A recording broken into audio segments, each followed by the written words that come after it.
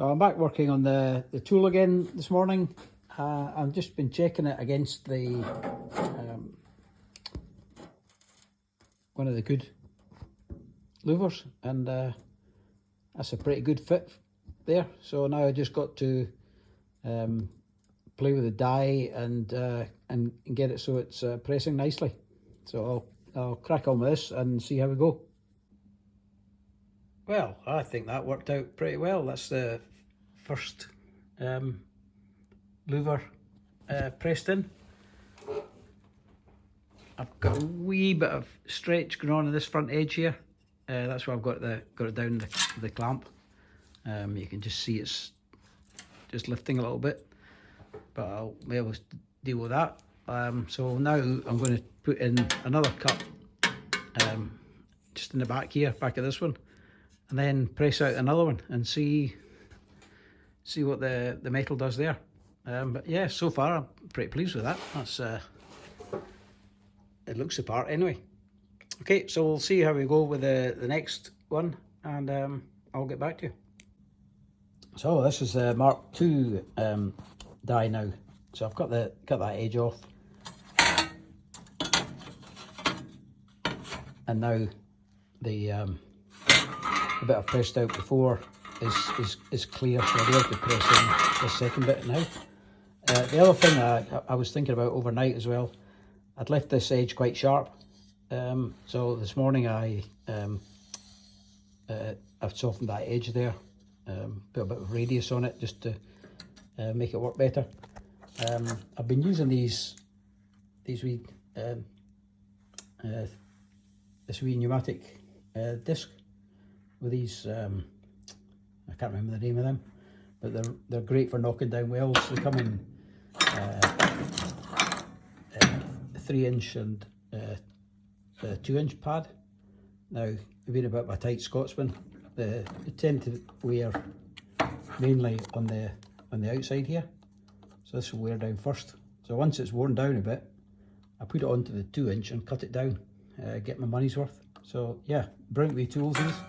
They come with different heads, and well worth it if you're looking to knock down wells pretty quickly.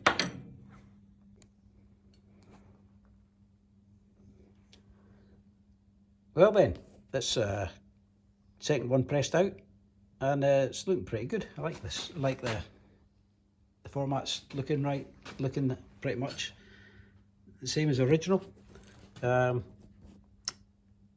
Earlier on, so I measured out the distance between that edge there and that edge there on the original, and it's about 29mm. So I've scribed another line here, 29, and I'll zip cut along there and press the third one out, and yeah, it's really pleased with that.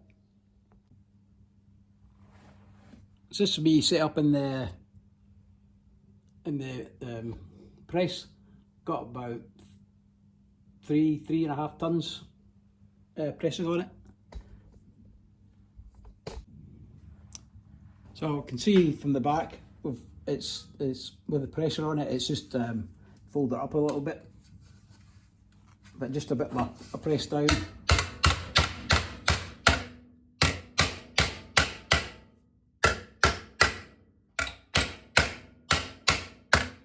Bit of a chap with a planishing hammer down that back edge, and it's straightening out quite nicely.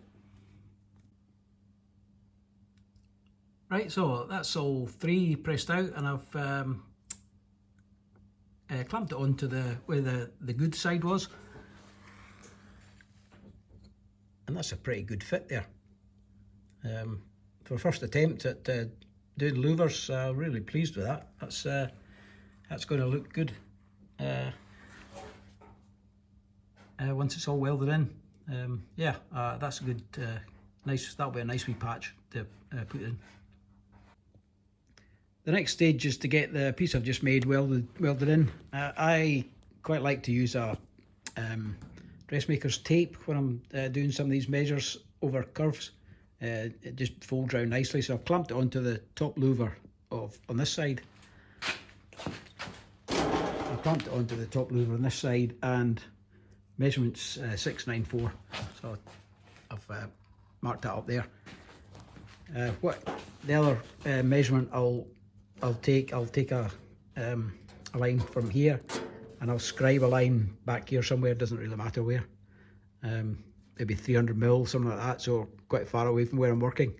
I'll scribe another line there so I know where my patch goes on exactly. So it's going in the right place. Before I do that, I might come onto the get a template of this section here, and remake this part here. I prefer to get all my patches made and then just do all the welding in one sort of in one session. Well, not one session, it'll take a while, but if I can get all parts made before I start welding rather than mixing and matching, I think that's probably what I'll do. So we'll call this a day for now, and we'll see what we'll get up to next.